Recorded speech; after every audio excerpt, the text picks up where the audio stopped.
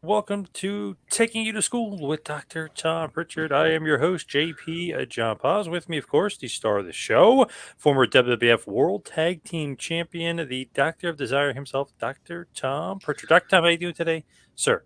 John, doing great. Busy week. The Crockett Cup coming up. NWA is looking forward to that, as am I. Winston-Salem this weekend. So we got a lot of things going on this week, and I'm excited about it. Had a great seminar this past weekend in Richmond, South Carolina.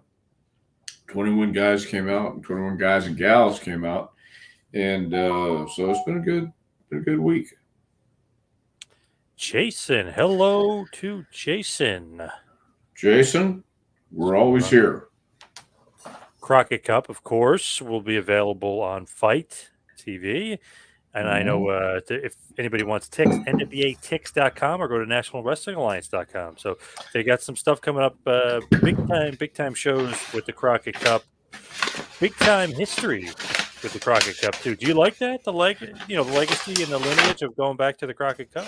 I actually do. I was looking for the brackets. I think I have here. Whoa, okay. No, but I don't have them here. So I thought I had them. I don't. But yeah, I really am. This is going to be my first Crockett Cup with the NWA, and going to have a fan fest. Going to have a lot of people around. Bill Dundee is going to be there for the first in a long time with the NWA. And a lot of guys going to be there. Winston-Salem this weekend. Looking forward to it. I really am. Well, some great tag teams. Murdoch and Knox, I think, are the dark horse favorites in this deal. So I'm looking forward to it. I really am. So there's a lot of good teams in there. Anybody you think's going to win? La Rebellion, the Midnight Riders with Tyrus and Adonis. Who do you think's going to win this thing? Well, you have the Heat Seekers, you have the Now, you have some teams who haven't been there in a while. So, but my favorite, I have to say, and again, I just call them the dark horse team, it has to be Murdoch and Knox. They're two big, rugged guys that nobody, I think, is really looking at as a serious contender team, and they are. They're two guys who've been around long enough to know they have great chemistry together, and they know each other. Uh, they've known each other for a long, long time, and they work well in the ring. So that's my favorite, Knox and Murdoch, actually, to win this thing. There's a few teams from AAA, which features a bunch of good guys from there. Obviously, La Rebellion kind of has a good relationship with AAA. So I mean, it is a global tournament, if you will. The Savages, Austin Idol's got his group. Control Your Narrative's got their team. They got Sent to Slaughter, which is two guys from New Jersey, Moff and Sean Donovan. So you guys got guys from all over the place wrestling on this thing.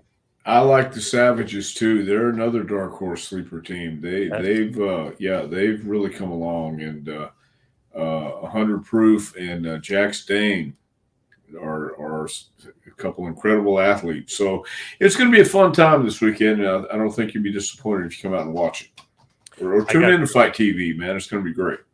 I got the chance to interview the Savages a few weeks ago. Bulletproof and Jack, and Bulletproof. the Conquistador himself, Chris Silvio, came on.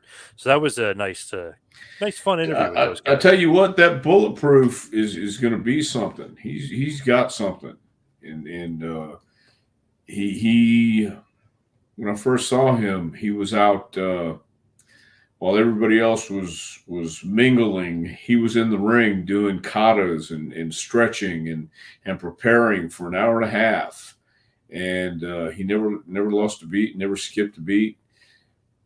He's intense. He's an intense guy. He really is, man. I'm looking forward to seeing those guys in action too.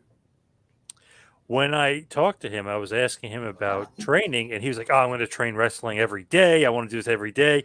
And then he's like, "Well, 3 days a week." After he started doing it, he's like, "It's probably best," because he Yeah, didn't realize like the pumping and stuff. yeah. I don't think I think he was expecting one thing and got another, but that happens with everybody, especially when you're not sure what you're getting into. But we know what Ibsen's getting into. He's about to uh, jump head first into this podcast tonight. Yes, So Ibsen. very What's cool. going on, Ibsen? Yes, yes. So, we're talking NWA. We're talking different things. I want to know if you saw Dark Side of the Ring. Obviously, it was the Chris Candido and Sunny episode. Did you see it, and what did you think about it? Obviously, you're in it, but did you actually Uh-huh. see the full episode? I got to see the full episode this morning. I thought they did a great job. The first episode, and it was very honest. I felt from the beginning, and there wasn't too much piling on. There was a story told, and as sad and tragic as it was, I think the Chris Candido story was told very well. One of falling by the wayside and getting lost, and then having to go to Puerto Rico and having to do these things, and then the redemption part only to come back and pass away. So I thought it was very cool, and one of the cool things about that happened has been happening throughout the day. I got a couple texts last night too, but I hadn't seen the show. I was teaching. So I watched it this morning, and I kept getting texts throughout the day from different people who'd seen it and thought it was very cool. So, and guys just checking in, see how it was. So that was kind of cool to reconnect with some people today too, over the dark side. Tom Venzel says, really enjoyed seeing Dr. Tom on the dark side. Well, thank you, Tom. I had a good time doing it. That was done last year, and we man, it was a good sit down, and there was a lot of questions, a lot of things we went over, and you can only put so much in an hour show. And you had Jim Cornette, Lance Storm, Terry Reynolds, Mick Foley, and myself. So there was 5 people, and Johnny Candido, Chris's mom. She had 7 people, and so I thought they combined everything, told the story that needed to be told, and I can't wait for the next episode. To see what's going on with these next ones, because I think they have 10 new episodes this year. Yep. And all the ones I've seen so far have been great. Hello, a gentleman, the king of Kingsport himself, Bo James. Bob James. Bob himself, so, yes. That's what I said. Bo James, the king of Kingsport. Maddie R., with Dr. Tom being a top trainer and teacher, was there anything that Dr. Tom learned or took away from Chris Candido? Great question. Well, I knew Chris in Smoky Mountain when he was just a kid, and he was like a lot of us when we start out. Loved the business, loved wrestling, loved everything about it. All he wanted to do was wrestle. Didn't want to get into the business part of it, the politics part of it, but that's inevitable. But all he really wanted to do is to ignore the rest and wrestle. And he was great in the gym. He was great to wrestle. He was great to wrestle with and along next. But I took away his passion, because he was one of those guys who was very passionate about wrestling. His grandfather, Popeye Chuck Richards, wrestled. And, as you saw last night, he started a kids wrestling organization, and would get on the bus. Him and his friend get on the bus and tell their parents they're sleeping at each other's house, and then go down and wrestle and come back like it's a regular overnight sleepover. So I can appreciate that passion. I can appreciate the love of wrestling, and I remember what that was like as a kid. I remember what it was like growing up and being immersed, and nothing else mattered. And that's what I took away from Chris. He was a lot like myself, Jim Cornette, Paul Heyman, Eddie Gilbert. The guys that I remember coming up that I would hear about, and knew they had this passion for wrestling. So, Tom's got a question. Lance Storm said he was up to play Zip, but then later said he was grateful they passed on him. Yeah, what do you think about that? Did he want to play Zip? Was he ever supposed to play Zip? No, that was a deal where I made a flippant comment saying, look, if there's anything right now, because the heavenly body deal was coming to an end, and I knew it, and we saw the writing on the wall, and I was unhappy. Jimmy was unhappy. We were unhappy about a lot of things, but I just said, look, if anything, if there's anything, I'll gladly take it. And then I got a phone call saying, would you like to dye your hair blonde, put it in a crew cut, and be a body knot? And I said, absolutely not. And they said, oh, okay, click. And I thought, oh, well, maybe, I could team with Chris, and, I could probably ignore the rest. But no, I don't think Lance was ever really up for the spot. That was something that was on the fly. And I think Lance had already been part of the Foreigners, or no, that was not yet. That hadn't even come into way existence later yet. on. Yeah, That's right, way later. Yeah. Yeah, no, I don't think Lance was the Un-Americans or whatever it was. Yeah, the Un-Americans, yes, from Canada, and then Team Canada in WCW. But yeah, he and he should be grateful they passed on him, because I was going to say he got lucky. Yeah, he got very lucky. Yeah, and I think, as I said last night, it sucked. It was a terrible time. Did not enjoy it one bit. J Hood Radio. Speaking of tragic and dark side of the ring, how likely was it for Gino Hernandez to be a big time wrestler in NWA or WCW? I think Gino enjoyed being in Dallas with the Von Erichs because he knew Gary Hart. He knew the Von Erichs very well, very close. But there's no doubt Gino Hernandez had the talent to go to the NWA or WCW. It's just he was very comfortable where he was, in my opinion, because I hadn't talked to Gino in years before he passed away. But just the impression I got was when the Midnight Express came in, I don't even think they got an angle with Von Erich. So Gino and Chris kept it, Chris Adams kept it tied up. So it was very likely that if Gino would have had to move on, he certainly would have got a spot in NWA or WCW. And if later on, WWF at that time. Somebody was speculating, I don't remember who, they were saying, would he have been a good Four Horsemen? I was thinking he kind of would, the way he carried himself, the way he dressed, the way he worked. Maybe he could have been a horseman. Well, no doubt. He was, when Flair would come to Houston or that area, Gino and Flair would always hang out and go to the clubs, go places. So, and he and Tully were fast friends. So, yeah, they would definitely be a match. He fit the mold. Going back to Candido, when was the last time you saw Chris? What was the conversation about wrestling, life, sports? Wow, I think I saw Chris the last time at a excuse me, a seminar for Mike Sparta up north, and but the last time I talked to him was the Monday before he passed away.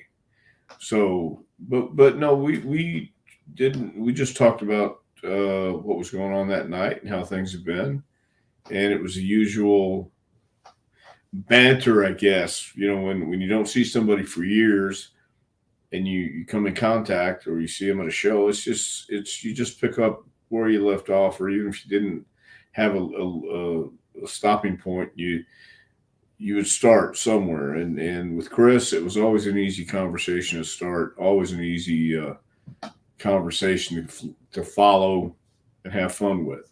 And that was the main thing. The passion and having fun. And that was it. Interesting follow-up here.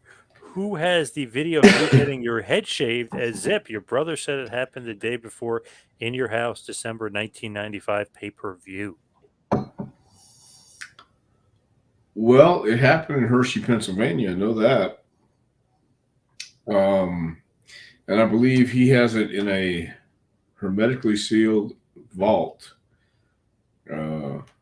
waiting for the right time to reveal it, if ever. But I think he's keeping it secret. that was another thing that Lance had mentioned. He's like, Dr. Tom had that long curly hair, and they made him shave his head. Yeah, Yeah. Well, I mean, what are you going to do? You either say yay or nay. There was nothing. Weird time. It was a horrible time. hey, remember they made Greg Valentine dye his hair black? Remember with Rhythm and Blues? Remember how crazy that was? Well, it's not like you had to cut it and put it in a crew cut and dye it black. But he still did not like that. Yeah. Yeah. Yeah. So, no, I know. But hey, listen, I could complain all day long, but I was just happy to be there. And I was very fortunate. I'm grateful to have the opportunity to team with Chris. I know it sounds cliche and like bullshit, but it's really not. The deal with Chris was I overlooked Tammy a lot of times until I just couldn't. And that was it. So we can't go back and change things. All we can do is make today and tomorrow better. If tomorrow comes, it ain't yesterday no more. Thank you, Bill James. That's a country song somewhere in there. It ain't yesterday no more. I think I invented that. It's a great cliche. Actually, Bo James invented it. Bo James wanted to turn me on to that, and that's true. It ain't yesterday no more. Phil, what's going on? Hello, Phil. Phil, very nice. Phil the Thrill. Babs instead of Barbara today. It says, hi, Dr. Tom. Very nice to see you. Sorry I'm late. Wow, changing up the name there. Well, okay. Well, Babs, Barbara. Yep. There is no need to apologize. Every week, sometimes we come on early, sometimes we come on late. So, but it's okay. Glad you're here. Mitch Miller, double M. The power bomb from the top rope is a great finisher. What did Chris call it again?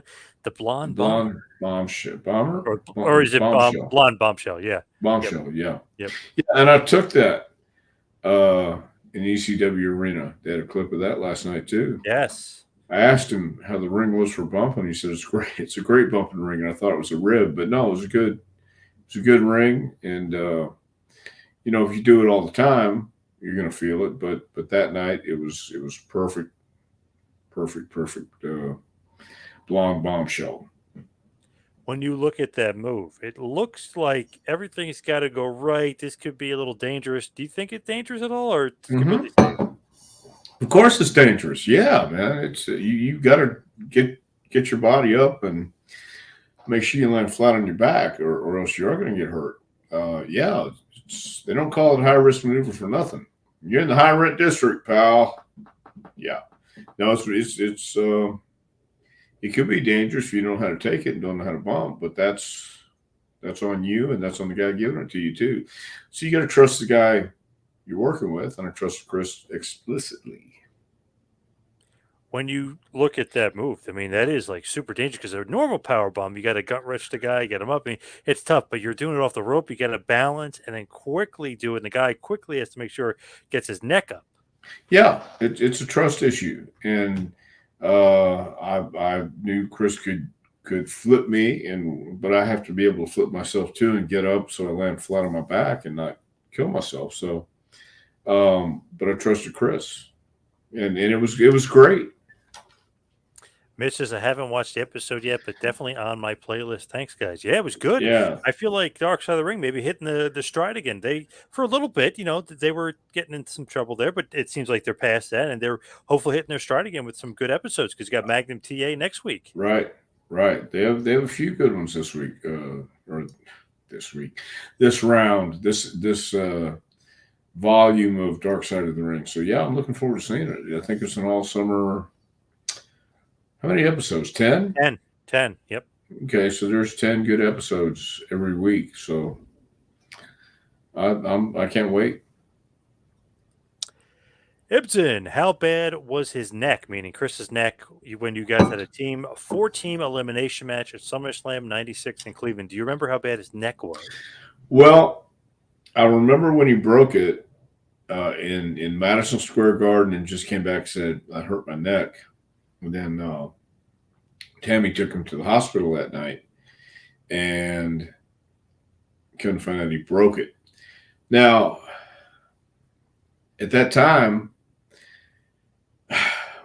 you didn't sell stuff. I mean, if it hurt, yeah, okay, it hurt. But Chris was going to show you how tough he was. Plus, I think, and as I talked about on the episode, the somas help take away the pain. But I don't care who you are with a broken neck, even a hairline fracture. I mean, I've never broken my neck, but anybody who's been around for a long time or for over 10 years is going to have neck problems. It's just part of it. And so I think his neck was pretty bad. He just didn't want to put it over because he loved wrestling so much, and he would come to the ring with a collar on sometimes to and work like that until they told him to stop going to the ring with the collar on. But I think his neck was hurting him pretty bad, and in the end, he just did what he had to do to get to the ring, and did what he had to do to get through the match. With that, is there anything that you could add to Chris that would help him basically when he was going in his career? Would it be promos, believability, something else? What would you help him on?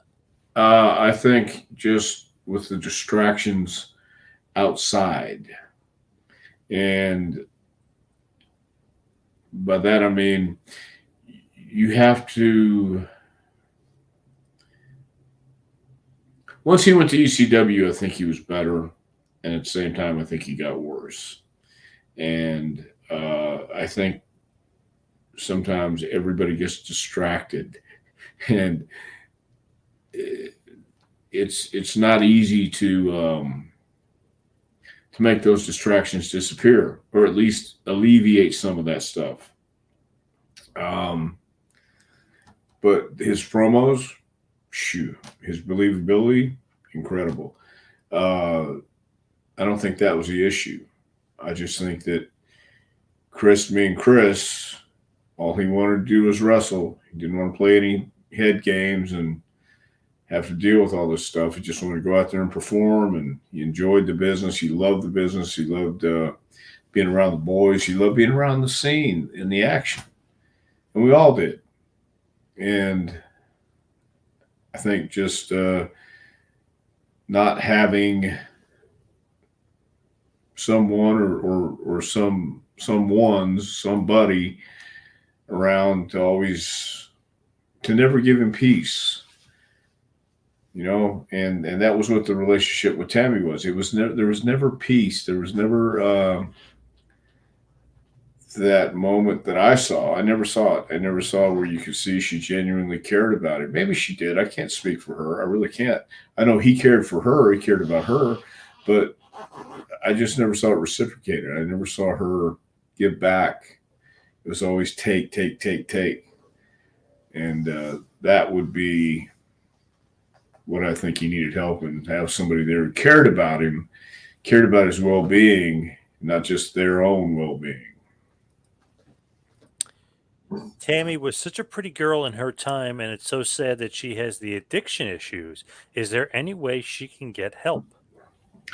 Well, I had said this years ago when she was getting her DUIs. You have to want help. It has to come to you, and you have to accept it, and you have to actually want it. Um, there's a creed, there's a saying that there are some poor unfortunate souls who just can't be saved, and I think Tammy's one of them. Um, because if you go to a 12-step program, or you know what the 12 steps are, then it's really up to you. But it's a program that you have to work, and you have to want to work it. Can she get help? Yes. The question is, can she receive help and use it? Unfortunately, for some people, it ends up at the point she's at. She's sitting in jail after killing someone in a car after all the DUIs. She didn't have a license, and I hate it for her. I hate it for the family of the man who got killed. I hate it for everybody all around. It's not a good situation to be in. It's nothing to gloat about. It's nothing to brag about. It's nothing to condemn someone. Well, actually, yeah, it is. It is something to condemn someone for. It really is. You don't have to beat them over the head with a baseball bat, but some people get the hint and some people don't. If you're going to go to rehab or you're going to go to jail, I think they'll offer her counseling or a 12-step program. I don't know. I don't know her situation really right now. Not privy to that. But there is ways to get help. There are ways to get help. And if this is what it takes to get it together, okay. I just don't know that she doesn't. She doesn't. I do know that she doesn't need to be out in society. Not now. She needs some time to really let this marinate all over her soul to know what she's done. And it's not just now. It's we can look back. We can all review our lives, but yeah, you can't change anything. So you have to change. You can't change yesterday. Is what I'm trying to say, I guess. But you can change what you're going to do today, and this is all we have is right now. And I think Tammy's starting to figure that out. At least I hope she is. And maybe she is going to get her life together. I don't think. Well, I don't think you can do drugs in jail, but I think that's probably where you do drugs is in jail. Don't know. Haven't been in jail. At least not any length of time. Let me say that. Yes. From Phil the Thrill. Chris and Tammy were the first two I saw when I by chance turned on Channel 27 at 1 a.m. Friday night, coming out to AC/DC's Back in Black. His was his first ECW show. Another synchronicity he thrown out there. Synchronicity. Synchronicity. Okay. I'm sorry. Yes. Yeah. Okay. Yes. Well, yeah. I could see that at 1 o'clock in the morning, on a Friday night or Saturday morning, and here come these two good-looking young kids. That would capture your attention because they had charisma, and Chris did have charisma. Chris understood how to work, and Tammy just was that cute little girl, and so I get it. I mean, ECW was pretty revolutionary when they came out, and they had a bunch of misfits who captured people's imagination and used the rock videos and all the cool stuff that you guys got to see on the East Coast. And then when it came around and in various parts of the country that have TV, the rest of the guys would get a shot and seeing what was going on out there. So Tammy and Chris were the perfect couple for ECW to promote as good-looking people, and something if you were switching channels, you would come across that, and especially if you heard Back in Black, I know I would stop and say, "What is this?" And then I would check out the action because ECW Arena had electricity. It had a karma, man.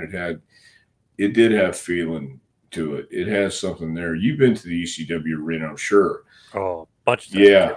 Yeah, and the few times I went, you knew there was something special going on there. The vibe in the air and all that cool stuff. So great crowd. Yep. Great crowd. They let you know it too if they liked you or they didn't. And so and I think they appreciated people who worked hard. And Chris worked his ass off, and Tammy was Tammy. From Scorch, Dr. Tom, what was it like to tag with Chris Candido, who was a generation younger than you?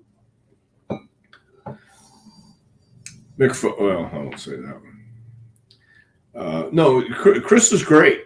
I knew Chris from Smoky Mountain, and I knew he was very passionate about wrestling. He loved Terry Funk. I love Terry Funk. He had that mentality, and he watched wrestling all the time. It was great teaming with Chris. It really was. And that's one reason why I even entertained the idea of shaving my head and putting in a crew cut. I'd never had a crew cut in my life. And I'd worn long hair for the better part of my career. And I could hide behind it.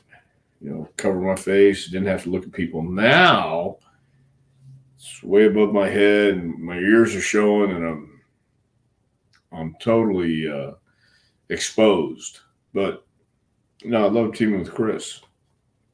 Did it feel like he was that much younger than you? No, he felt like he was a young veteran who was very old school. So it didn't really feel like he was that much younger than me. He was just that much more talented than me. He could do a lot more stuff than I could, and he was very respectful of all the veterans and the people who came before him. Uh, but he knew how good he was, and he was great, and I knew it. But no, he didn't feel like that much younger than me. He was, and I respected that. I respected everything he did because he enjoyed doing it. He wanted to get up there and do the cool stuff.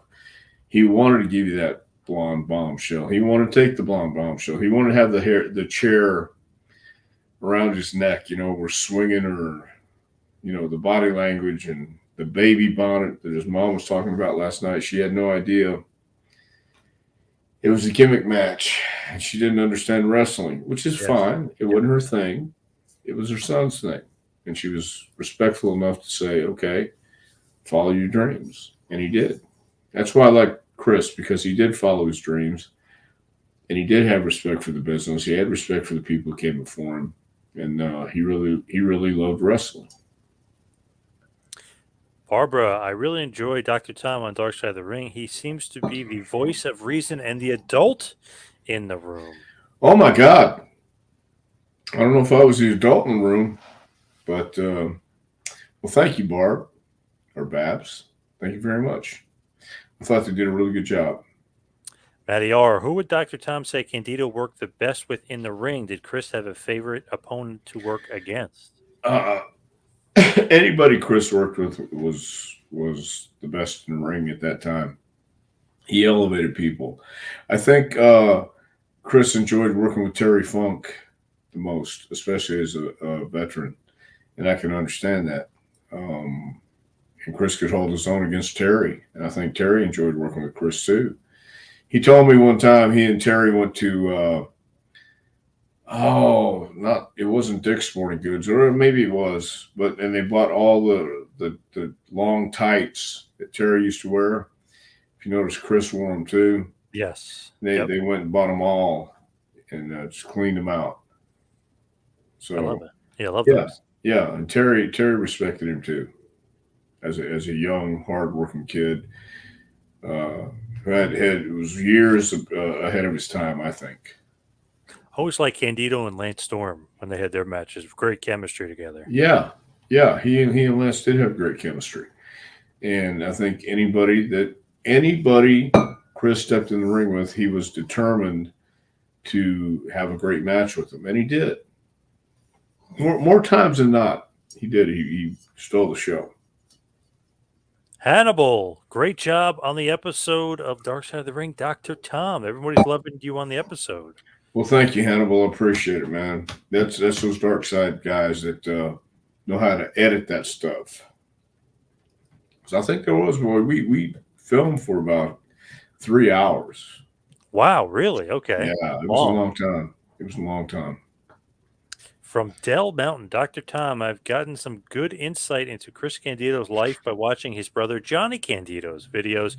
Johnny did not like Tammy at all, and he hated all the grief she caused Chris. Right. It was distractions, the grief, the nastiness. And I don't want to, again, I don't want to pile on Tammy. I don't. I've done it many years, and I get all that. But she's where she belongs right now, and I hate the fact that she put him through all the grief too.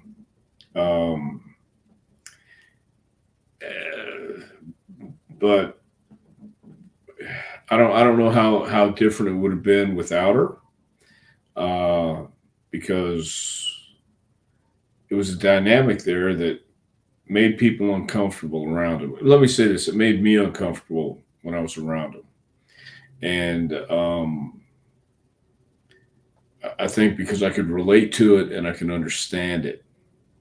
And when I saw this guy who had so much talent dealing with so much bullshit in his life, I think that drew me to him even more um, when we were a team, because I could see the look in his eye when he's got other things on his mind besides the match, and still go out there and just kill it and have a great match. Um, that's he was able to at least put it aside, go to the ring, be a pro, and then come back and try and make things work with Tammy, and try and make things work no matter what she was upset about. And she was just pick something to be upset about. Um, hey, the water in the dressing room is too cold. Fix it. What? You didn't just say that, did you? You know what I mean? That kind of trivial. Yep. Hey, I stepped on some popcorn. Get it off my shoe. Oh. Well, I'm not saying she said that, but it was the trivial things Yes, like I that. got you. You I know what got I you. mean? Yep. So Not good. not good. It was making I picked up on these things, starting a fight to start a fight about nothing. Why did you throw your gum wrapper on the floor? I don't like gum wrappers on the floor. Well, really? Yeah. Well, how about this? Why don't you pick it up? So, Tammy wasn't a trained wrestler, but had so much charisma. Is that what Jim Cornette saw in her? Did he see that she could be a great heel? yeah, she did have charisma. And she was a cute girl. And you do need to have an ego. You must believe in yourself. And I think Mick said it last night. Having an ego, well, that's not the worst thing in the business, or something. Whatever he said, but that wasn't the thing. It wasn't always. It wasn't just the ego. It was Attitude. everything else, huh? The attitude, not just The ego. the attitude, but the actions. I mean, yeah, yeah. And I said it last night too, so I can say it again. While Chris was in the ring, she's in the back with whoever she's in the back with. And then as soon as you come back from the ring, she's not even really trying to hide it. So when people ask, did he know? How could you not know? Did he know? Pardon me. Did he ignore it because he loved her? Possibility. But anyway, that's no way to live your life. Mitch says Tammy always had a brick in her purse or hairspray to the eyes. Yeah. Yeah. Very heel-like. Well, that was she was definitely a heel. Magazine retriever. Dr. Tom, I find it amusing that when a male pro wrestler's wife and kids get his kayfabe last name, even when they aren't even in the business, the power of kayfabe. Well, that was a lot of times. Yeah, just that was the way it is. So everybody kind of knew who was who, and we call each other by kayfabe names more so than not, because that's just the way it is sometimes, and sometimes the wives do the same thing. So, but I mean, it can be amusing. Robert Fuller's wife was Sylvia Fuller, not Sylvia Welch, although she used Sylvia Welch when she had to. Most people knew her as Sylvia Fuller, because it was a kayfabe name. And we're in a show business. Yes. Yeah.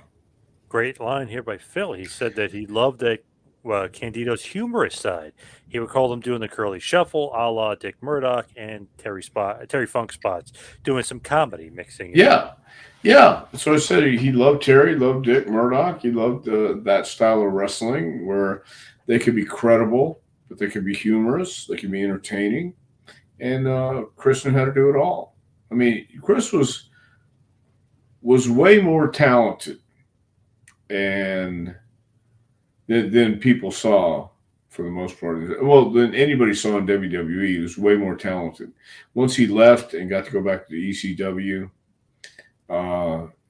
and eventually TNA, I think his talent was shown, and he was thriving then. So, and I don't think anybody would deny or argue that Dick Murdoch and Terry Funk were top guys who could be entertaining, and they could be wrestlers, and they could be rough when they had to, but they also had that entertaining side. Barbara, please ask Dr. Tom if Chris would be a top guy today, like Cornette mentioned. Definitely. I certainly believe that. And even before he stopped wrestling in 96, I think it was, it might have been 97. Around that time when I started training guys, Chris helped train some guys too, and he would have been a great player coach. He really would. And I certainly believe that Chris would be a top guy today. Mitch, in the early years, they seemed to be more of a quarterback cheerleader couple, meaning Candido and Sunny. I could see that. I could see that too. I really could. I just, Prom king and queen. Right. Sonny just had the larger performer's ego. She had ambition, no doubt. That's not a crime. It's just the fact that her approach and the way she did it rubbed people the wrong way, I guess. And she didn't always treat everybody nice. Didn't have to. Not a problem. She wasn't the only one who wasn't treating people nice, but she was the one in my instance as a team that I had to deal with and put up with until I finally said, yeah, I'm not going to deal with it and put up with it. I'll deal with it my way. And that just ended everything. I think once Chris broke his neck, we saw the writing on the wall there too. And the training gig came along, and I was happy for that. But I was happy for Chris too, being able to get out and go do something else he really liked doing, like ECW. Yeah, became a star in ECW for sure. Yep. Phil, great point here. I am no doctor, but I believe Tammy suffered from a narcissistic personality disorder. It's truly a horrible psychological condition, similar to other people who have it. I completely agree, Phil. She did have she was certainly a narcissist, and I've known a lot of narcissists through the years, and they can be some pretty dangerous people because they don't care about anybody but themselves. It's all about them. And I truly believe she does. She has some issues. She has got a lot of issues. And people did try to help her. I don't know how many times she's been to rehab, but after 6, you would think you get the hint, you would get the message that maybe, just maybe, every time you cried and got in trouble and WWE would send you to rehab, it wouldn't take, and you go back and do the same thing over and over and over. So insanity is doing the same thing over and over and over and expecting a different result. I don't know that she expected a different result. I don't know that she even cared. But being a narcissist makes perfect sense because she was and she is. I know a guy like that. Oh my God. Definitely a narcissistic personality. Yes. Oh my God. I know so many people like that. Yep. Yeah. It seems that Tammy was a little too friendly, quote unquote, with some of the other wrestlers. Does that make to the other wrestlers? How do they approach such a thing? I guess meaning is that on the wrestlers? Is that on her? Who's, Well, I think it's on both, but when you're the most downloaded woman on the internet, when everything's just coming new, and she was young, and boy, the most downloaded personality on AOL, and you're around some testosterone filled locker rooms, and guys are looking, and she knows they're looking, and she's looking too, and they're giving her all the attention. It falls on both guys. The guys and her. I mean, she's young. She's getting all this attention. What are you going to do? I mean, Chris wasn't macho where he would lock her up and keep her away from everybody. So, and he couldn't do that anyway because she was so headstrong. But that's like saying, you're married and you love your wife or you love your husband, but yet you cheat. Well, how does that work? I mean, if you truly love somebody, you're going to be loyal to them. There is nothing else. There is nothing else. You either are or you aren't, and that'll tell you right there. You either love them, and you're going to be faithful and loyal, especially in this business. Kind of hard, but again, they were thrown in as kids. Tough spot to be in. Tough spot to be in. Scorch. I remember when Jim Cornette saying that he had considerably more respect for Sunny than he had for Sable. Well, well, he might have said that at one time, and he might still mean it, but I don't think he feels that way now. Could be wrong, but I don't think he does. Road War Animal said that Candido was high in the ring and almost got stabbed in the face with spikes on the shoulder pads. I don't remember when and where that would have been, but that's interesting. He was talking about Sunny. Sunny was high in the ring and almost got stabbed in the face and the spikes on the shoulder pads. Oh, it's he. Oh, okay.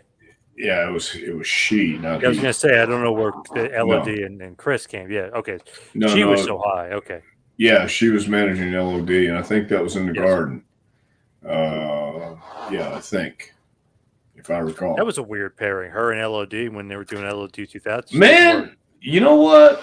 That's what I'm saying. No matter what she did or where she went, she always wound up with these good spots.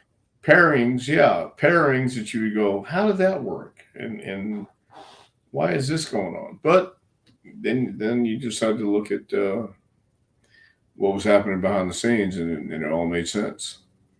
I remember being in high school when she was coming up. Everybody that was like their favorite was Sunny, pretty much. So she was pretty popular for sure. But obviously, pretty face don't make no pretty heart. And I tell you what, man, this is for all the beautiful girls out there, and I've seen a lot of beautiful girls. Once you get to know them personally, and once you're around them for, I don't know, 2 weeks, and their personality comes out, all that beautiful flesh is pretty much as ugly as it gets. So,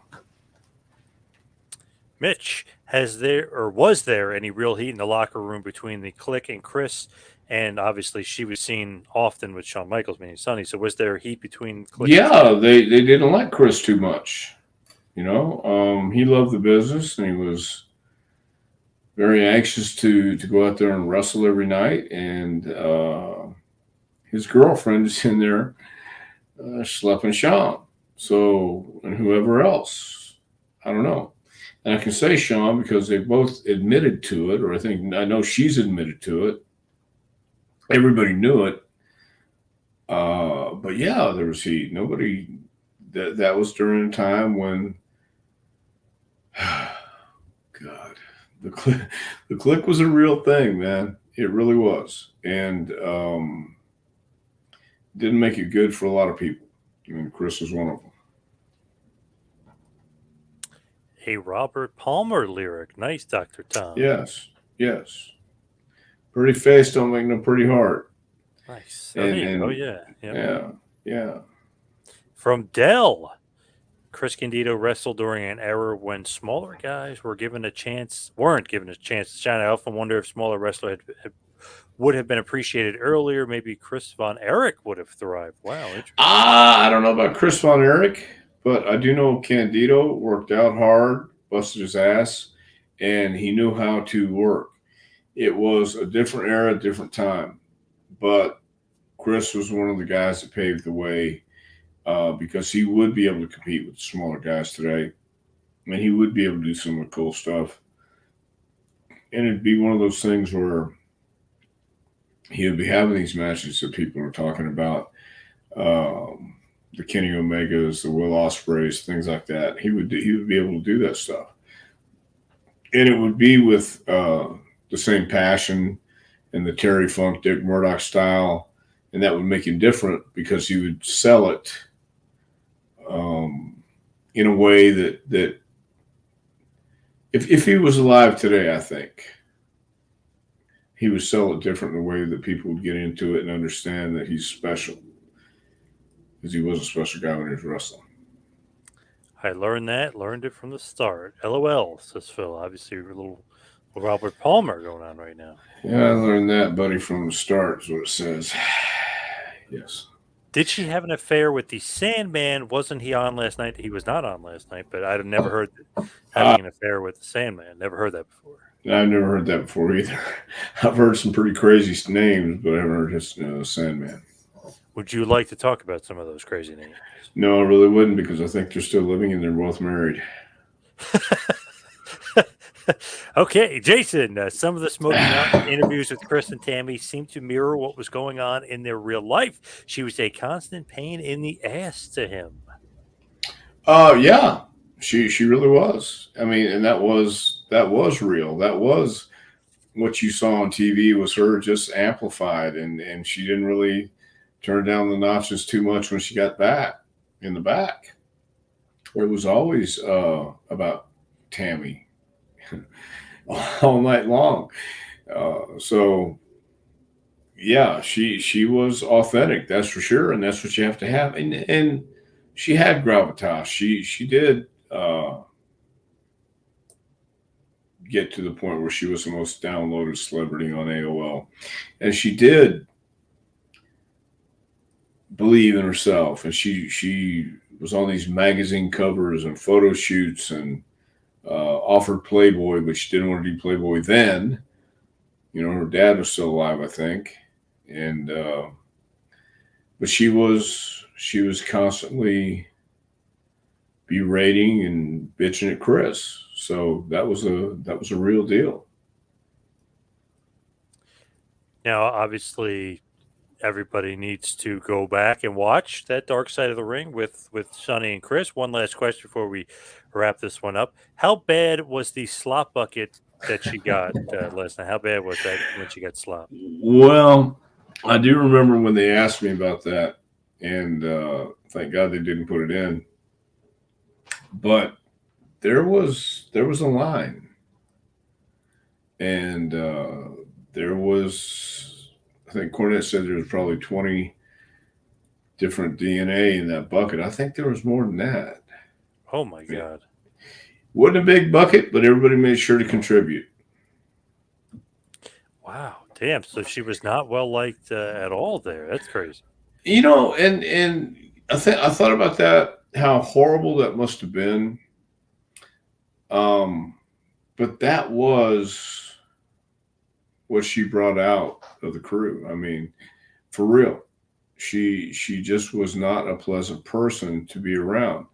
With certain people, she was nice and she could get along, but even they got sick of her, because even they added to the bucket, and they added to her meals over in Europe and things like this. I'm not saying it's right. I'm not saying it's civilized. I'm not saying it's something you should do in polite society. What I'm saying is, she didn't care. She was going to tell you what a star she was, and she was going to be a bitch no matter what.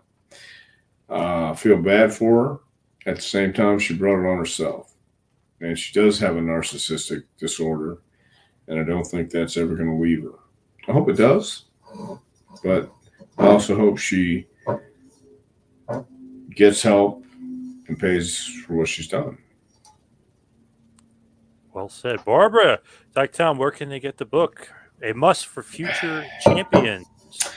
Well, you can get that book at jpwrestlingacademy.com. Click on the training folder up on. Thank you so much. Yeah, click on the training tab. It'll come right up on the front page, and check it out. That's jpwrestlingacademy.com. We have our next summer session coming up on July 3rd, too. So if you're looking to train, come to Knoxville, Tennessee. Actually, it's La Follette, Tennessee. at the SPCW Arena. So jpwrestlingacademy.com has all the information. Thank you, Jason. Look forward to talking to you guys next week. By the way, does the book ship to Canada? It does, but here's what I have found. I had somebody who sent me something from Norway. It costs $32 to ship it to Norway, which is more than book cost. So I'm now you can order it on Amazon. They'll ship it to Canada. Never mind. Canada won't be that crazy. No, Canada won't be that bad. But yes, you can order it on Amazon, and it will ship to Canada. Nice. So you could follow me on Twitter and Instagram at 2Man Power Trip. Check out the website, tmptempire.com. Of course, check out Dr. Tom on Twitter at Dr. Tom Prichard. Go to Pro Wrestling Tees, ProWrestlingTees.com. Check out the JPWA store or the Dr. Tom store. Dr. Tom, good luck this weekend with the NWA. Thank you. I'm looking forward to it, man. If you guys get a chance, check it out on Fight TV. If you're in the Winston-Salem area, come on out and see the NWA live and in living color, man. It's a lot of great action. Thank you, everybody out there, for listening. Be right back here next week for a little Taking to School with Dr. Tom Prichard. We'll see you next week, folks.